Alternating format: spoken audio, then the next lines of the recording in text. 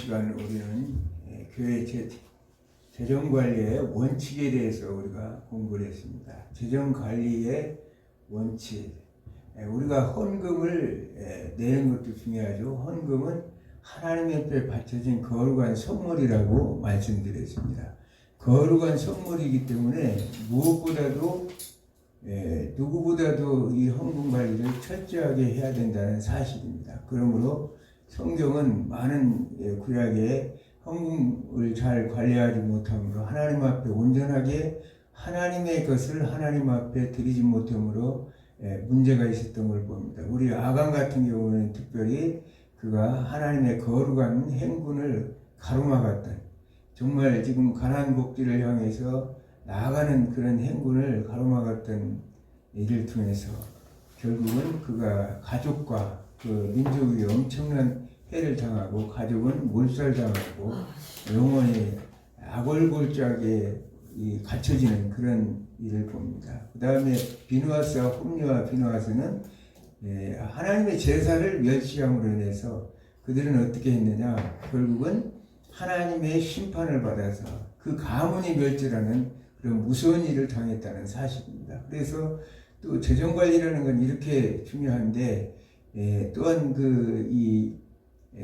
아하스 왕은 그가 하나님의 앞에 범죄하기를 하나님이 분명히 계신데도 하나님이 너희를 지켜주겠다고 해도 아하스는 뭐라고 얘기하느냐, 아니라 나가 하나님을 시험하지 않겠다. 이사야 7장 10절 이하에 보면 내가 하나님께서 너를 지켜주겠다고 하는데도 아니라고 하면서 징조를 구하는데도 나는 하나님을 시험하지 않겠습니다 하면서 굉장히 믿음 있는 것처럼, 그러면서 이방 왕 아수르 왕을 섬기고 또 거기에 이방신 아람의 그 제단을 이렇게 갖다가 하나님의 제단 대전에 우상을 섬겼던 그런 왕으로 인해서 이스라엘 남유다가 멸망당하는 그런 계기를 마련한 왕이 아스 왕이었다는 사실이에요. 그러나 하나님은 다윗 언약을, 하나님은 신실하신 하나님이기 때문에 언약을 지키시는 하나님이기 때문에 다윗 언약을 기억하면서 하나님께서는 처녀가 잉태의 아들을 낳을 것이니 그 이름을 임마누엘이라 하리라 하고 이사야 7장 14절의 말씀 예언대로 이 땅에 예수 그리스도를 보내셔서 그 임마누엘 대신 하나님이 오셔서 하나님 나라를 선포하시고 그 하나님의 나라를 선포하면서 제자들에게 어떻게 하나님의 뜻대로 사는 것이 하나님의 복된 삶인 것을 가르쳤습니다. 그러면서 그런 여러 가지 전반적인 것을 볼 때 우리가 재정관리라는 것은 이렇게 중요하다는 사실입니다. 그래서 우리가 헌금을 드리고 여러 가지에서 이제 그 헌금이 많이 들어온다 하더라도 그것을 관리하는 자가 아주 중요한데, 오늘은 재정 관리자에 대해서 이렇게 강의를 하려고 합니다. 그 어떤 것보다도 아무리 수입이 많이 들어오고 국가는 재정 수입이 많이 들어오고 교회는 헌금이 많이 들어온다 하더라도 그를 잘 관리하지 못하면 결국은 문제가 생긴다는 사실을 오늘 말씀을 통해서 우리가 공부해 보고자 하는 것입니다. 자, 조직이 있는 곳에는 언제나 재정적 문제를 안고 있습니다. 그것은 재정은 반드시 필요한 것이기 때문에 그 재정 관리를 반드시 이렇게 충족해야 되는데 그것을 잘 못하면 그 조직은 파산될 수밖에 없다는 사실입니다. 가정도 마찬가지죠. 가정에서도 이 재정 경제 문제를 해결하지 못한다면 아무리 부부가 사랑한다고 하더라도 그 가정은 흔들릴 수밖에 없어요. 오늘의 이 시대에 많은 이혼 부부들을 보면 첫 번째 문제가 뭐냐? 돈 문제였다는 사실이에요. 그걸 볼 때 가정이나 교회나 국가나 모든 것들이 이 재정 문제라는 건 아주 심각하고, 그러므로 해서 들어오는 것보다도 우리가 뉴스에 보면 가끔 불로소득이 생겨서 엄청난 갑자기 돈이 생기는 사람들이 그들이 그 관리를 잘못했으므로 과거로 다시 파탄 나서 돌아가는 그런 모습들이 신문에 가끔 나는 걸 봅니다. 우리가 잘 알다시피 과거에 우리 이 대한민국 국가도 IMF라는 것을 거쳤어요. IMF 당시에 정말 이 그 IMF에서 경제 지원을 하지 않았으면, 말하자면 지원금이 나오지 않았으면 우리나라는 모라토리움이나 디폴트를 당할 수밖에 없는, 국가가 부도나거나 파산 위기에 있을 수밖에 없는 그런 위기도 있었다는 사실이에요. 그래서 이렇게 국가나 교회라는 것은 이 재정 관리라는 것이 그만큼 중요합니다. 우리가 잘 아는 베네수엘라라는 나라를 알죠. 베네수엘라는 이렇게 해서 그 국가가 파산돼 가지고 돈을 아무튼 싣고 다니면서도 그렇게 이 화폐 가치가 없어서 나라가 이미 파산 이에 있고 수없는 많은 사람들이 어디 가서 정말 날품팔이 하기 위해서 그 고생을 하면서 살아가는 모습을 봅니다. 그러므로 이 재정관리라는 것은 그만큼, 우리나라도 지금 부채가 2,000조라고 그러죠. 2,000조라는 그 지금 엄청난 부채를 지고 있어요. 그래서 포퓰리즘 정책이라는 것이 결국 좋은 게 아니에요. 왜냐하면 재정관리를, 이 건전재정을 해서 잘 관리해야 되는데, 지난 정부에는 763조라는 그 재정 적자를 만들어내 가지고 우리나라 국가 부채가 그렇게 많이 크게 드러나는데, 오늘 이번 이제 윤석열 정부에서는 건전재정을 통해서 경제 재정 합리화를 통해 잘 관리하려고 애를 쓰는 모습을 봅니다. 국가나 교회나 모든 것들은 이렇게 재정 관리라는 것은 언제든지 중요한 문제를 안고 있기 때문에 이것을 어떻게 잘 관리하는 데에 따라서 그 국가나 교회가 상당한 영향력을 이렇게 미칠 수 있다는 사실을 우리가 알 수 있습니다. 자, 그러면 이런 일을 감당해서 재정관리의 역할이 중요하다고 우리는 생각할 수밖에 없죠. 사람들은 그러면 교회를 이렇게 물어볼 때 재정관리, 내가 재정학을 강의한다고 하니까 사람들이 항상 그래요. 아, 재정이요? 재정 우리 교회 무슨 큰 문제 있겠습니까? 우리 집사님들이 돈 잘 관리하는데, 이렇게 생각을 해요. 그래서 사람들이 흔히 재정관리가 무엇이냐 하고 물어보면, 재정관리라는 헌금의 이 수입과 지출을 차고 없이 잘 관리하는 것이 재정관리라, 이렇게 생각을 한다는 거예요. 그러니까 실질적인 하나님께서 말하는, 제가 말하고자 하는 하나님 나라의 재정학 원리는 그것이 아니죠. 재정이라는 것은 결국은 그 하나님께서 맡겨진 그 헌금을 어떻게 하면 그것을 잘 수집하고, 또 그것을 예산을 잘 편성해서 적절하게 집행하고, 그것이 필요에 따라서 그것을 잘 효율적으로 운영하는 것을 재정이라고 하는 거지, 돈 들어오고 나가는 것을 이렇게 지출하고 투입하는 것을 정리하는 것을 재정이라고 하지는 않는다는 사실이에요. 어떤 목사님이 교회 청지기를 재정관리를 안수 집사님을 맡겼다고 그럽니다. 그런데 어느 날 보니까 교회 재정 집행을 안 했어요. 그래서 왜 집행을 안 했느냐고 물어봤더니, 목사님, 저 교회에 돈이 하나도 없어요. 아니, 교회에 헌금이 없는데 어떻게 재정 지출을 합니까? 이렇게 대답했다는 거예요. 그러니까 그 안수 집사님 생각은, 교회 재정 관리는 결국은 무슨 생각을 하셨냐면, 헌금을 지출하고 들어오고 나는 걸 정리하는 걸 재정 관리로 생각했다는 사실이에요.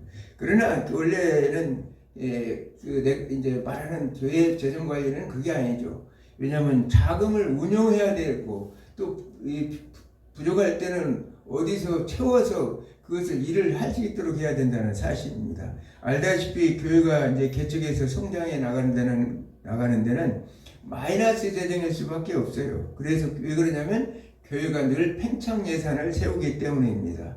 그렇기 때문에 교회 재정이 만약에 그렇지 않으면, 교회 재정이 이제 부족하면 교회는 더 이상 일을 할 수가 없기 때문에 교회는 제자리 걸음할 수밖에 없죠. 그렇기 때문에 그 교회는, 그래서 이 개척교회 같은 경우에는 교회 재정 관리를 누구나 안 맡으려고 이렇게 생각을 한다는 사실입니다. 그러나 교회 재정이 부족함할 때다 교회 예산은 집행돼야 하기 때문에 어떤 것들을 통해서라도 충족해서, 그것을 재원을 충족해서 나가야 되는 것이 교회 재정관리자의 임무고 의무입니다. 이것은 마치 여호와의 군대가 가나안을 진군해 나갈 때, 가나안에는 많은 아말렉과 같은 대적들이 있었죠. 그러면서 이제 그 광야의 환경이라는 것은 뜨거운 태양볕도 있었고 또 불뱀과 또 이렇게 전갈 같은 이런 자연 환경이 어려운다고 할지라도 여호와의 거룩한 행군, 홀리 워를 위해서 성전을 위한 전쟁에 나가는 이 과정을 그런 환경과 대적들이 있다고 해서 그걸 멈출 수는 없었던 것처럼 오늘날 현대 교회는 어떤 교회냐? 바로 전투하는 교회입니다. 전투하는 교회이기 때문에 성령의 인도함을 따라 우리는 거룩한 성전을 해서 싸워 나가는 교회예요. 그래서 행군을 계속적으로 하나님 나라가 완성되는 그날까지 거룩한 행군을 멈출 수 없기 때문에 교회는 반드시 재정적인 돈이 필요하고 그것을 물질적인 문제가 반드시 수반되어야 한다는 사실입니다. 그러기처럼 이렇게 해서 그렇기 때문에 교회 이제 사람들이 생각할 때는 야 교회가 그렇게 되면 이렇게 어려워서 오면은 우리가 재정 충족하다 보면 우리는 뭐 먹고 살 것이냐 이런 생각을 하죠. 특히 재정 관리자들이 그런 생각을 갖죠. 그러나 하나님께서는 그 많은 이 재정을 담당하면 청지기들을 통해서 그 많은 능력을 감당할 수 있는 능력을 주시는 것이 성경의 원리입니다. 예수님께서는 가나안 땅을 행군할 때 그 뜨거운 물이 없을 때는 마라의 쓴물을 단물로 바꾸시고 또 반석에서 생수를 터치해서 물이 부족함이 없도록 주셨던 게 예수님께서 광야에 인도했던 예수님의 모습입니다.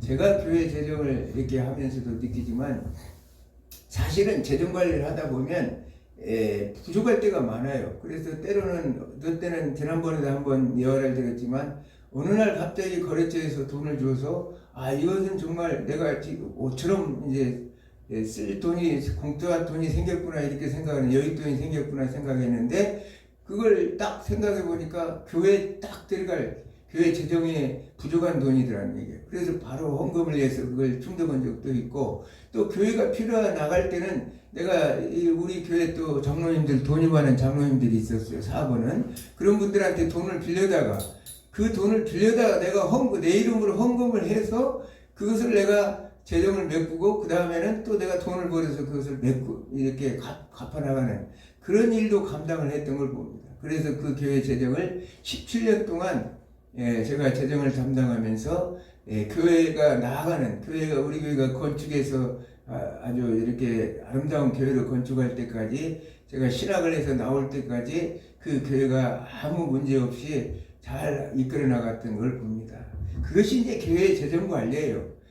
그냥 헌금 지출과 출납만 하는 것이 아니라 어려울 때는 그것을 관리하는 사람들이 그렇게 해야 된다는 사실입니다. 아멘. 하나님께서는 우리가 시골에서도 과거에 보면 이 성경적인 재정 원칙은 뭐냐? 시골에서 우리가 우물가에 샘이 있었는데 그 샘에는 생수가 나오고 그 동네에 빨래터가 아주 된 것을 우리가 알 수 있습니다. 그런데 그 샘에서는 물이 마르지 않아요.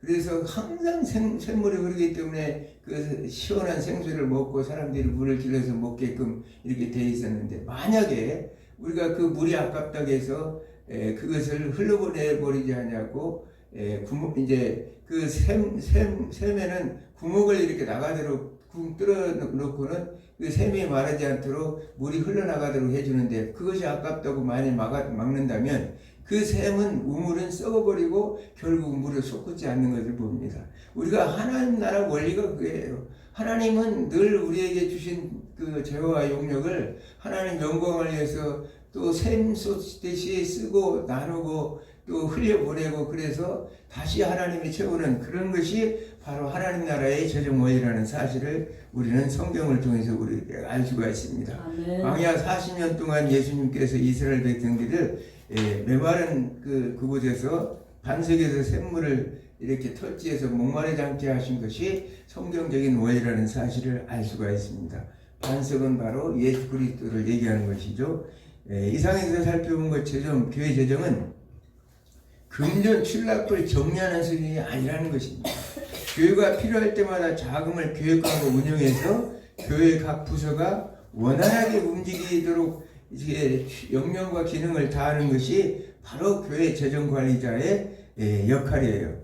그러므로 재정을 관리하는 자에는 엄격한 자질과 또 사명의식이 필수적인 거예요. 교회 재정관리자가 자질이 없고 사명의식이 없다면 그건 감당할 수가 없는 것이죠. 그러면 성경에서 말하는 재정관리자는 어떤 자인가 우리가 성경을 통해서 한번 알아보겠습니다. 사도행전 6장 1절에서 1절에서 4절까지만 읽겠습니다. 사도행전 6장 1절에서 4절.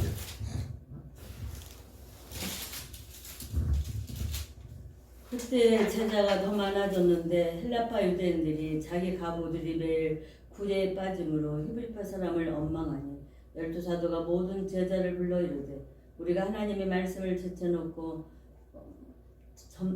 접대를 일삼는 것이 마땅하지 아니하니 형제들아 너희 가운데서 성령과 지혜가 충만하고 칭찬받는 사람 7을 택하여 우리가 이 일을 그들에게 맡기고 우리는 오로지 기도하는 말과 말씀 사역에 힘쓰리라 하니. 아멘. 자, 오늘 사도행전에 이제 교회가 보면 1절에 보면 제자가 더 많아졌다는 얘기는 사도행전 교회는 날마다 수가 증가하고 하나님 은혜 속에서 이 교회가 성장했던 걸 보는. 그러나 외적으로는 굉장히 성장하는데 내적으로는 문제가 생겼다는 거예요. 내적으로 문제가 생긴 뭐냐? 헬라파 유대인과 이제 히브리파 유대인들이 서로 간에 반목이 생겼어요. 왜냐하면 헬라파 유대인들이 구제에 빠짐으로 인해서 굉장히 불평불만을 하게 되고 그러면서 서로 원망하고 불신앙의 문제까지 생겼다는 사실입니다. 그러므로 인해서 이 사도들은 어떻게 했느냐? 이 불신앙의 문제를 해결하기 위해서 오늘 본문의 말씀처럼 성령과 지혜가 충만하여 칭찬을 받는 사람 7을 택하라. 재정관리자는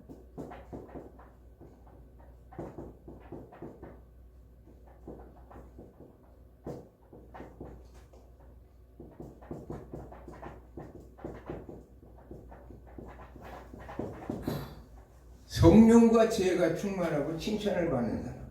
그래서 성령과 지혜가 충만한 사람들을 이렇게 선택해서 7사람을 선택하고 우리 사도들은 뭐냐? 기도하는 일과 말씀 전무하는 데 힘쓰고 그래서 재정 관리할 수 있는 자를 7을 선택했는데 여기 6절에 5절에 나오죠. 스데반과 또 빌립과 브로고노와 니가노르와 디몬과 바나바와 유대교에 입교했던 안디옥 사람 니고라를 택했다. 그랬더니 이 교회가 날마다 성장하더라. 점차 말씀이 왕성하고 예루살렘 제자의 수가 더 힘이 많아지고 허다한 제사장의 무리도 이 도에 복종하니라. 이렇게 이제 성경은 말씀하고 있습니다. 그러므로 인해서 이 교회 재정관리자는 성령에 충만한 사람을 사용했다는 사실입니다. 오늘날도 마찬가지죠. 그 왜 이제 이 사도들은 이 성령에 충만한 사람을 7집사로 선택했을까? 이렇게 보면 그 이유가 이제 경험에서 나왔다는 거. 5절 사도행전 5장에 보면 아나니아와 삽비라는 이제 사람을 너무나 잘 알죠. 아나니아와 삽비라. 그래서 이들은 이제 4장에 보면 이 예루살렘 교회가 그 헌금을 이렇게 내놓아서 서로 물건을 통용하고 또 여기서 보면 4장 15절에 보면 35절에 보면 사도들의 발 앞에 두면 그들이 각 사람의 필요에 따라 나누어 줍니다. 하나님의 주신 헌금을 각 사람의 자기 재산들을 팔아가지고 교회 앞에 내놓다 보니까 그것을 35절에 보니까 내놓아서 나눠주다 보니까 가난한 사람이 없으니 이렇게 나와요. 가난한 사람이 없었다는 거예요. 그걸 보고 이제 있던 아나니아 삽비라도 은혜를 받아서 우리도 땅을 팔아서 하나님 앞에 바쳐야 되겠다고 마음속으로 소원을 했다는 사실입니다. 그런데 문제는 여기서 그게 아니라 그들이 그 땅을 갖다가 교회에다 내놨는데 그 일부만 내놨다는 거예요. 온전하게 바쳐야 돼요. 하나님 앞에 소원을 온전하게 소원을 해서 드려야 되는데 일부만 내놓다 보니까 결국은 이 성령을 속이는 일이 생겼다는 거예요. 성령을 속이는 일. 성령을 속였다는 거예요. 성령은 그 모든 것을, 왜냐하면 이 사도들에게 성령이 충만하기 때문에 이 아나니아와 삽비라가 속이고 있다는 사실을 알게 되었다는 거죠. 그러므로 인해서 왜 사람에게 거짓말하는 것이 아니요 하나님께로다. 너희가 왜 이렇게 분명하게 숨겨놓고 지금 감추느냐 이렇게 얘기하는 거죠. 왜 성령을 속였느냐. 고린도전서 2장 12절에 보면 성령 하나님은 하나님의 모든 것, 또 그 깊은 것이라도 통달한다고 이렇게 말씀하고 있습니다. 그러므로서 하나님의 눈으로 바라보죠. 우리가 요한계시록 우리가 5장 6절에 보면 성령은 하나님 어떤 자 하는 세상에 보내심을 받은 하나님의 일곱 눈으로 표현하고 있어요. 세상에 보내심을 받은 예수 그리스도를 통해서 계시록 5장 6절에 보면 어린 양이 보좌에 앉아 있는데 그 어린 양은 일곱 뿔과 일곱 눈을 가졌는데 그 일곱 눈은 뭐냐? 하나님의 보내심을 받은 하나님의 영, 바로 성령 하나님을 얘기합니다. 그래서 성령 하나님은 이 세상 모든 하나님의 깊은 것이라도 통찰하면서 세상 모든 것을 다 알고 계시면서 또 인간의 마음속에 있는 그 사악하든 하는 숨기는 모든 것을 알고 있는데 성령을 속였다는 거예요. 결국은 우리가 신앙생활하면서도 참 우리가 잘 알아야 되는 것은 하나님을 속일 생각은 말해야 돼요. 우리가 그래서 오늘 아나니아 삽비라는 결국은 이 성령을 속임으로 해서 아나니아도 먼저 죽게 되고 그 다음에 참 어떻게 보면 헌금 드리고 죽음을 당했으니까 안타까운 일이죠. 우리가 생각할 때 그만한 믿음도 요즘에는 없는 세상인데 그 정도면 참 되지 않았을까. 아마 하나님께서는 과거의 두렵든도 그 마음의 중심을 보고 칭찬하신 분이지 물질의 크고 적게가 문제가 아니라 성령 하나님을 속였다는 데 있다는 사실을 아나니아 삽비라 사건은 결국은 하나님을 속이는 일은 결코 해서는 안 된다는 거예요. 위선된 거짓된 그런 믿음을 가지고 하나님의 헌금을 한다든지 이런 것은 문제가 되기 때문에 이 사도들은 오늘 일곱 집사를 선택할 때 이 일을 경험했어요. 그 다음에 3시간 후에 남편이 죽은 줄 모르고 왔던 아내인 삽비라는 헌금이 이것이 다냐 하니까 이것이 답니다 하니까 또 그 또한 거기서 목숨을 잃었던 것을 봅니다. 그러니까 이 두 부분은 성령에 충만하지 않음으로 인해서 영적으로 무지한 사람들이었다는 거예요. 우리가 교회를 다니지만 영적으로 무지한 사람들이 얼마나 많은지 모릅니다. 그렇기 때문에 우리는 깨어 있어야 된다는 사실입니다. 아멘. 그러므로 해서 이제 이 초대교회 재정 관리자로서 이 사도들은 성령이 충만한 사람을 뽑았다는 사실을 알 수 있습니다. 오늘날 현대교회도 그런 문제는 계속적으로 발생하고 있는 거죠. 그래서 이 교회 재정 관리라는 건 이렇게 두렵고 떨리는 거예요, 사실은. 제가 이제 처음 재정부 서기를 맡았을 때 목사님이 내가 아주 그때는 젊은 나이였는데 20대 후반이었는데 말씀하셨을 때 우리 김명순 목사님이 그때는 아주 이제 새댁인데 두렵고 떨리는 마음으로 7일간 단식을 했다고 그때 말한 걸 봤습니다. 7일간을 단식을 했어요. 10일. 예? 10일 금식했죠. 10일? 10일을 금식했다고 합니다.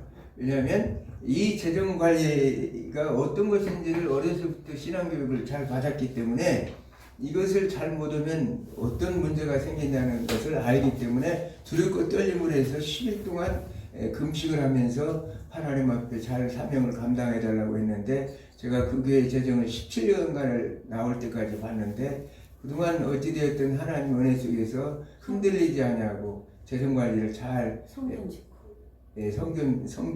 성전도 짓고 재정 관리를 잘 끌어왔던 것을 제가 지금 생각해 보면 생각이 나서 지금 말씀을 드립니다. 두 번째로 이제 그 재정 관리에 참 문제를 일으킨 사람이 누구냐? 우리가 잘 아는 가룟 유다를 우리가 생각해 볼 수가 있습니다. 요한복음 12장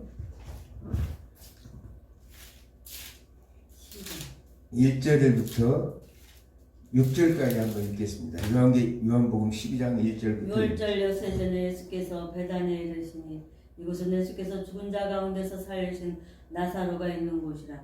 거기서 예수를 위하여 잔치할 새 마르다는 일을 하고 나사로는 예수와 함께 앉은 자 중에 있더라. 마리아는 지극히 비싼 향유 곧 순전한 낫 한 근을 가져다가 예수의 발에 붓고 자기의 머리털로 그의 발을 닦으니 향유 냄새가 집에 가득하더라. 제자 중 하나로서 예수를 잡아줄 가룟 자가 말하되 이 향유를 어찌하여 300데나리온을 팔아 가난한 자에게 주지 아니하였나니. 이렇게 말하면 가난한 자들을 생각함이 아니고 그는 도둑이라 돈깨를 맞고 거기 있는 것을 훔쳐갑니다. 예수께서 이르시되 그를 가만둬 나의 장래에 할 날에 그들을 간직하게 하라. 가난한 자는 항상 너희와 함께 있거니와 나는 항상 있지 아니하리라 하시니라. 아멘. 자, 오늘 보니까 6절에 보니까 그는 도둑이라 돈깨를 맞고 거기 넣은 것을 훔쳐가미러라.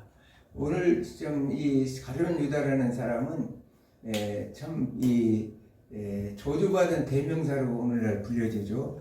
근데 예수님께서 이제 6월절 엿새전이면 이제 그 결국은 예수님이 십자가에 죽으시기 닷새 전에 이제 마르다와 마리아가 나사로가 이렇게 예수님을 향해서 잔치를 하고 있었어요. 왜 그랬겠어요? 예수님의 죽은 오빠 나사로를 살려준 것에 대한 너무나 감사가 커서 아마 그 가족들이 예수님을 위해서 잔치를 베풀었을 것으로 생각이 됩니다. 그 중에서 이제 그때 마리아는 아주 그 값비싼 나디향인 그 향유를 갖다가 예수 그리스도의 발에 붓고 거기에서 머리를 가지고 이제 이렇게 닦았다는 사실이에요. 하나님이 보통 이제 향유는 결혼식이라든지 혼례품으로 가져가는데 장례를 위해서 이렇게 많이 썼다고 합니다. 어찌되었든 이제 이렇게 했을 때 예수님에 대한 그 은혜가 너무나 감사해서 300데나리온이나 되는 그런 향유였다는 사실이에요. 참 돈 계산이 빨랐던 그 가룟 유다, 셀이 마태가 있었는데도 그보다도 더 이 가룟 유다가 이 재정을 맡았다는 건, 예수님의 그 재정을 맡았다는 것은 상당히 이제 많은 동료들한테, 제자들에게 신임을 받았고 예수님한테 신임을 받았던 것 같아요. 그러나 그 마음속에는 뭐가 있었느냐? 도둑과, 오늘 사도 요한은 도둑이라 돈깨를 맡아 거기 넣는 것을 훔쳐가미라. 그 마음속에는 늘 거기에 대한 재물에 대한 그 욕심이, 탐심이 많이 있었던 사람이었다는 사실을 우리가 알 수 있습니다. 그러므로 인해서 이렇게 성령에 충만하지 않은 상태에서 예수님과 함께 다니는데도 성령에 충만하지 못해서 그런 마음을 늘 품고 있었다는 사실이에요. 여기 300데나리온이라면 1년치 노동자의 품삯이에요. 한 달에 하루에 10만 원씩이라면 지금으로 말하면 한 3천만 원 정도 되는 것인데, 300데나리온 그 돈을 예수님을 이제 위해서 향유를 부어서 머리털로, 그것도 참 머리털로 그 발을 씻겼다는 것은 얼마나 예수님을 공경하고 감사하고 은혜에 감동됐으면 마리아가 그런 일을 했겠습니까? 아멘. 그렇게 했을 때 이제 그 사도 요한의 말대로 나중에 가룟 유다는 어땠습니까? 예수님을 이제 팔게 되죠. 제사장과 장로들에게 팔아서 은 30을 팔았다는 사실이에요. 그에게는 늘 이렇게 재물에 대한 관심이 있어요. 언제든지 그 마음속에는 하나님의 일보다도 재물에 대한 마음이 있었기 때문에 그 안에 탐심이 들어가서 예수님을 팔게 되고, 겟세마네 동산에서 예수님께서 기도할 때 땀방울이 핏방울이 될 때까지 예수님이 이 잔을 내게서 비켜달라고, 하나님 아버지의 뜻대로, 그러나 내 뜻대로 하지 마시고 아버지의 뜻대로 해달라고 이렇게 기도할 때 이 가룟 유다가 병들들을 들고 와서 예수님에게 입을 맞추게 되죠. 그래서 이 유다이키스라는 유명한 말들이 있어요. 유다이키스, 배반행위라든지 아니면 이 가식적인 호의를 베푸는 사람을 유다이키스라 이렇게, 또 유다 염소라는 말도 있습니다. 이 양을 도살장으로 끌어갈 때 그 양을 이렇게 앞에서 끌어가는, 그래서 유인해 나가는 염소가 있는데 그런 그 염소를 유다 염소라 할 정도로 가룟 유다의 이름은 이렇게 세상 속에서 가장 저주받은 이름이요, 가장 참 사람들에게 입에 그렇게 안 좋은 이름으로 이름 날리는 자가 되었다는 사실. 그래서 예수님의 제자였는데도 성령에 충만하지 못하니까 결국은 이런 엄청난 일을 벌여요. 한 가지 잘못된 것은 그가 그 죄를 깨닫고 결국은 회개해서 돌이키면 예수님이 용서했겠는데 어찌되었든 그렇지 아니하고 그는 목이 메어서 죽었다는 사실입니다. 우리가 사도 베드로와는 너무나 대수적인 인물이라고 보죠. 베드로는 예수님을 3번이나 부인했지만 그는 회개함으로 인해서 결국은 예수님의 수제자 되는 그런 영광을 안았지만 가룟 유다는 결국은 자기의 성령의 충만함으로 영적 무지가 있기 때문에 아까 아나니아와 삽비라처럼 영적 무지 때문에 그는 결국은 자살을 선택했다는 사실을 우리는 성경을 통해서 알 수가 있습니다. 그러면서 우리는 디모데서 3장 3절과 8절에 보면은 그 재정 관리하는 사람은 돈을 사랑하지 않고 더러운 일을 탐하지 않은 자라고 사도 바울 목사님은 말합니다. 교회 재정 관리를 잘못하면 하나님께 큰 벌을 받게 된다는 사실입니다. 고린도서 8장 18절에서 22절에는 교회 재정 관리자는 모든 교회에 칭찬받는 자, 아까도 여기도 칭찬받는 자라고 그랬죠. 칭찬을 받는데 여기 고린도 후서에서는 뭐라고 하냐, 모든 게 한 교회에 칭찬받는 것도 대단한데 모든 교회에 칭찬받는 자라고 할 정도면 얼마나 그 사람이 흠이 없고 점이 없는 사람인가를 우리가 알 수 있습니다. 이를 통해서 볼 때 믿음이 없이는 성령 충만할 수가 없다는 사실입니다. 그리고 성령 충만한 사람들은 또 사람들에게 칭찬을 받는 자, 사람들에게 칭찬을 받는 사람들이 있어요. 반대로 사람들에게 좋은 사람이라고 칭찬을 받지만 성령 충만하지 못한 사람들이 많이 있는 거죠. 그런 사람들은 재정 관리를 맡을 자격이 없는 사람이라는 말씀입니다. 자, 그러면서 죄가 충만한 사람이 칭찬받는 사람이다. 죄가 충만하고 칭찬받는 사람이라고 일곱 집사들은 선택은 보면 그래. 죄가 충만하다. 죄는 있는 사람이 있지만 죄는 있고 꾀는 있지만 성령과는 또 무관한 사람도 있고 사람들한테 비난받는 사람은 또 있다는 사실이에요. 반대로 사람들에게 좋은 평을 받지만 죄롭지 못한 사람들도 있고 또 결국은 무슨 얘기냐, 성령 충만과 지혜를 다 겸비한 사람이만이 하나님 나라 재정 관리를 맡을 수 있다는 사실을 성경은 우리에게 말씀하고 있습니다. 그렇기 때문에 모든 면에 균형을 이루어야 돼요. 하나님의 일을 맡은 사람은 균형을 이루어서 성령 충만과 이제 지혜롭고 성령 충만을 해서 사람들한테 칭찬을 받는, 그래서 모든 사람들이 인정받을 수 있는 그런 사람이 교회 재정 관리를 맡아야 된다는 사실을 우리는 알 수가 있습니다. 두 번째로 교회 재정 관리는 교회의 의무를 다하는 사람들. 의무를 모험적으로 이행하죠. 의무를 이행하는 사람, 모험적으로 이행하는 사람.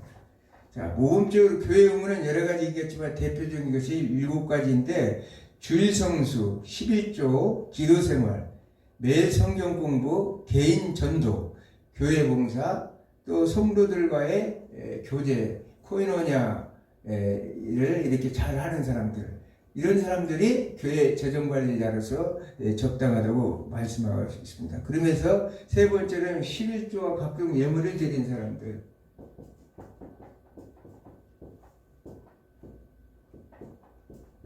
예물을 온전하게 드리는 자, 온전히 드리는 자들. 11조를 적당히 아나니아 삽비라처럼 떼놓고 드리면 안 되고 온전히 드립니다. 헌금은 제대로 하지 않고 헌금을 맡긴다면 가론유다처럼 될 수 있다는 사실입니다.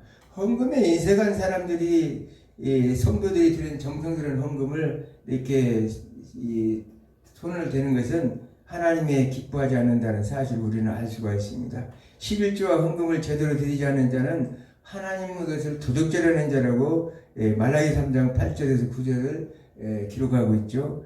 어찌되었든 이 재정관리자는 11조와 각종 헌금을 온전하게 하는 사람을 해야 됩니다. 네 번째는 기도에 철저하는 사람들. 우리가 잘 알다시피 성경에는 우리 김영수 목사님의 기도에 대해서 얘기하지만 예수님께서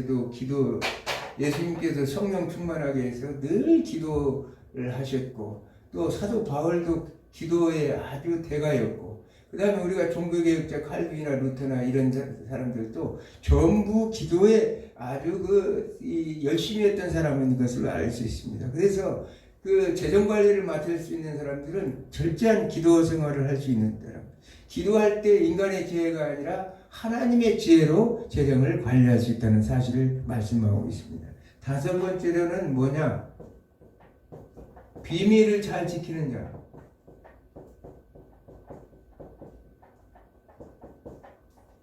비밀을 잘 지키는 자여야 된다는 거예요. 교회는 다양한 사람들이 모이는 공동체입니다. 그러므로 인해서 어떤 의사결정을 하는 것이 세상의 어떤 이 사기업이라든지 또는 일반적인 공동체보다도 더 의사결정하기가 힘든 것이 교회예요. 그러므로 인해서 교회 재정의 비밀을 누설하지 않으려고 다니는 사람들이 필요한데 왜 그러냐면 교회 재정의 비밀을 누설하면 사단이 빌미를 타고 우리가 많이 경험해봤죠. 우리가 분명하게 공동체에서 이 회의를 했는데 그것이 이제 집에 가가지고 사모님들한테 얘기를 해가지고 그것이 아예 교회에 탁 퍼져가지고 이 일을 집행도 하기 전에 교회가 난리 나버리고 뭐 목사님 찾아가서 반대를 한다는 둥 별의별 소리도 많이 나오고 불평불만도 많이 나는 겁니다. 왜냐? 그 비밀을 지키지 않음으로 인해서 사단에게 비밀이기 위해서 공동체가 여러 가지 혼란을 가져오기 때문에 그런 문제가 생긴다는 사실이에요. 그러므로 재정관리자는 입이 무거운 자여야 한다는 사실이에요. 오늘 이렇게 성경에서 일반적으로 말씀하고 있는 재정관리자는 성령과 지혜가 충만하고 칭찬을 받는 모든 사람이 칭찬받고 의무 이행을 철저히 하는 사람, 헌금의 의무 여러 가지를 철저히 하는 사람. 그러면서 기도라든지 기도생활 11조 예물을 온전히 다 드리고 비밀을 잘 지키는 자를 선택해야 하나님의 나라의 재정관리를 온전히 할 수 있다는 사실을 우리가 알 수가 있는 것입니다. 자, 지금까지 우리는 교회 재정관리의 전반적인 내용을 통하여 교회 재정이 교회 공동체를 이끌어가고 교회 성장을 위해서 얼마나 중요한가를 알 수 있습니다. 아무리 헌금이 많이 들어오더라도 교회가 재정관리를 잘 못해버리면 국가도 마찬가지라는 국가도 아까도 얘기했지만 모라토리엄이 걸리니까 디폴트를 당해서 아무리 이 많은 국민이 세금을 낸다 하더라도 교회가 국가가 파산되고 교회도 흔들릴 수가 있다는 사실을 우리에게 가르치고 있습니다. 교회 재정이 없이는 교회가 교회의 조직과 기능을 원활히 이행할 수 없음을 우리는 알 수 있습니다. 그러므로 교회 재정은 교회의 다른 행정 조직보다도 무엇보다도 못지않게 중요한 부서라는 사실을 우리가 알아야 된다는 거예요. 하나님 나라 재정학을 내가 이렇게 쭉 강의를 했지만 오늘 마지막 강의 다음 예산과 또 조세 관계가 지금 책에는 이렇게 남아 예산과 조세 교회 조세법에 대해서 이렇게 기록하고 있지만 여기서 마무리 짓는 것은 너무나 사람들에게 이 재정에 관심이 없어서 제가 이렇게 유튜브를 하다 보니까 너무나 재정 관리에 대한 관심. 그러나 이보다도 더 중요한 건 없어요. 교회 일을 해 나가는데 그 능력이 많던 우리가 잘 아는 사도 바울도 초기 사역에서 열심히 이렇게 일을 했지만 그 이제 재정이 관리가 제대로 이렇게 돈이 들어오지 않기 때문에 굉장히 어려움을 겪었던 사실을 우리가 알고 있죠. 네. 그래서 초기에 빌립보 교인들은 그들을 물질적으로 후원했으나 얼마 없다간 그 일이 중단되었습니다. 그러다가 다시 다시 바울에게 물질적인 도움을 보냈을 때 에바브라디도를 통해서 물질을 보냈는데 바울이 이에 대해서 주께 크게 기뻐했다 이렇게 말합니다. 빌립보에서 4장 10절에 보니까 내가 주 안에서 크게 기뻐함은 너희가 나를 생각한 것이 이제 다시 싹이 나미니 이렇게 나를 생각하는 것이 다시 싹이 나미니라 이렇게 말하고 있습니다. 다시 싹이 납니다. 그러니까 다시 싹이 남았다는 것은 이 사도 바울에게 주었던 성경금이 다시 들어왔다는 얘기예요. 무슨 얘기 알겠죠? 내가 또한 이를 인하여 생각도 하였으나 기어가 너희가 나를 위해서 과거에 보내려고 생각했지만 아마 기회가 없었을 것이라고 이렇게 스스로가 이렇게 위로를 하고 있는 걸 봅니다. 그러면서 사도 바울은 너희들이 헌금해서 내가 너무나 기쁘고 감사하는데 나는 궁핍함으로 말하는 것이 아니라 어떠한 형편들이든 나는 자족하기를 배웠다. 그 교회 일을 하면서 참 이 말에 이렇게 다가오는 것은 나는 비천에 처할 줄도 알고 풍부에 처할 줄도 알아. 모든 일 곧 배부름과 배고픔과 풍부와 궁핍에 처할 줄을 아는 일체 비결을 배우노라. 이렇게 말하죠. 내가 능력 주시는 자 안에서 내가 모든 것을 할 수 있느니라. 그러나 너희가 내 괴로움에 함께 참여했으니 잘하였도다. 내가 이 모든 것들을 잘 참고 견디며 배고픔도 아픔도 힘든 것도 다 견뎌내는데 그러나 너희들이 내 이 사역에 동참했다는 거예요. 너희들이 괴로움에 함께 참여했다는 것은 동역자로서 참여했다. 헌금하는 것은 이 목회 활동의 동역자의 사명을 가지고 하는 거라는 사실을 이 사도 바울은 이렇게 말씀하고 있는 것입니다. 동역자의 사명이라는 것은 이렇게 중요한다는 사실이에요. 아멘. 그렇게 해서 사도 바울은 그렇게 해서 참 이 목회라는 것은 이렇게 물질이 없이는 정말 어렵다는 사실을 우리가 성경을 통해서 알 수 있습니다. 더구나 오늘날 교회는 과거에서 우리가 세례 요한이 광야에서 메뚜기와 석정을 먹고 가죽 띠를 띠고 털옷을 입고 회개하라 천국이 가까웠느니라 이렇게 외치던 시대로는 전혀 다른 시대에 살고 있다는 사실입니다.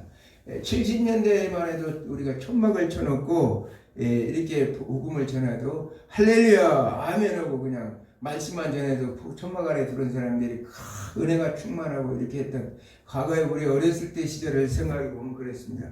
그러나 오늘날 현대 교회는 내적으로나 외적으로나 교회를 필요하는 요구들이 너무나 많이 있다는 사실. 내적으로 외적으로 교회가 필요한 요구들이 상당히 많아요. 사회적으로 욕구를 충족해 줘야 돼. 왜냐하면 교회가 이웃의 이 사회의 모든 것을 외면해 버리면 사람들은 굉장히 교회에 대해서 자기들만 먹고 살고 자기들만 저렇게 화려한 건물을 해서 자기들끼리만 즐겁게 찬송하고 하나님 영광을 돌리는구나 이렇게 생각해서 교회는 결코 그런 교회가 아니죠. 그래서 이 많은 주변의 이웃 어려운 사람들을 도와야 될 사회적 책임도 있기 때문에 교회 재정은 반드시 필요하다는 사실을 우리가 알 수가 있습니다. 이러한 요구들을 수행하기 위해서는 무엇보다도 교회 재정이 든든히 서 있지 않으면 안 된다는 사실입니다. 이런 여러 조건이 교회 성장과 직결되기 때문에 재정적인 어떤 지원이 없으면 성장하기가 너무나 어려워요. 우리가 너무나 많이 느끼는 일입니다.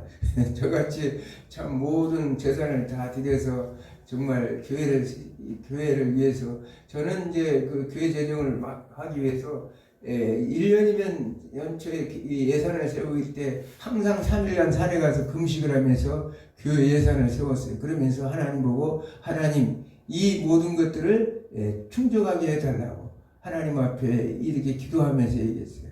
그래서 교회 예산은 양출제이죠. 먼저 교회 할 사업을 계획 세워놓고 이제 그 다음에 이제 교회 헌금은 하나님께서 축복해 주실 것을 믿고 세우는 거예요. 그래야 교회는 출발합니다. 그래서 그동안 여러 가지 참 지난날 과거가 생각이 납니다. 오늘날 제가 목회를 해보니까 그런 성도를 만나기가 참 어렵다 이런 생각을 가져요. 하면서 그때는 저는 어려서부터 신앙생활을 해서 하나님 말씀만 해서 늘 성경을 묵상하고 살아서 그랬는지 모르지만 이제 우리 김용수 목사님이 금식을 해서 그런지 모르지만 어쨌든 이 재정관리라는 것이 이렇게 중요한 것을 하나님께서 성령께서 지혜를 주어서 그걸 잘 감당할 수 있었는데 오늘날 이렇게 보니까 참 그것이 어렵더라. 그런 성도 만나기가 어려운 세상이다. 이런 세상 제가 이제 느껴봅니다. 그래서 교회 재정은 전쟁터에 나가는 병사들이 실탄과 같은 것입니다. 우리는 거룩한 성전을 해 나가는데 영적 전투, 이 현대 교회는 영적인 전투하는 교회예요. 그렇기 때문에 전투하는데 실탄이 없으면 어떻게 되겠어요? 그 실탄을 가져야 싸울 수 있습니다. 그러므로 재정 의미는 역사와 시대를 초월해서 꼭 필수적인 것이라는 사실을 오늘 성경을 통해서 우리에게 가르치고 있다는 사실입니다. 그동안 하나님 나라 재정학을 했습니다. 이제 강의를 했는데 많은 사람들이 이게 무슨 우리에게 관계가 있겠느냐, 돈만 복 받는 비결이나 가르치지 무슨 헌금하고 관리하고 또 내가 얘기했지만 교회 재정 이제 하나님 나라 재정학은 교회 재정만이 아니라고 그랬죠. 하나님 나라 재정학은 이거 한 가지만 알아줬으면 쓰겠어요. 마지막으로 제가 하나님 나라 재정학을 쓸 때 뭐 누가 이런 책을 쓴 사람은 세계에 아무도 없어요. 하나님 나라 재정학은 국가 재정과 교회 재정으로 나눕니다. 이 자체가 다 하나님 나라 재정이다.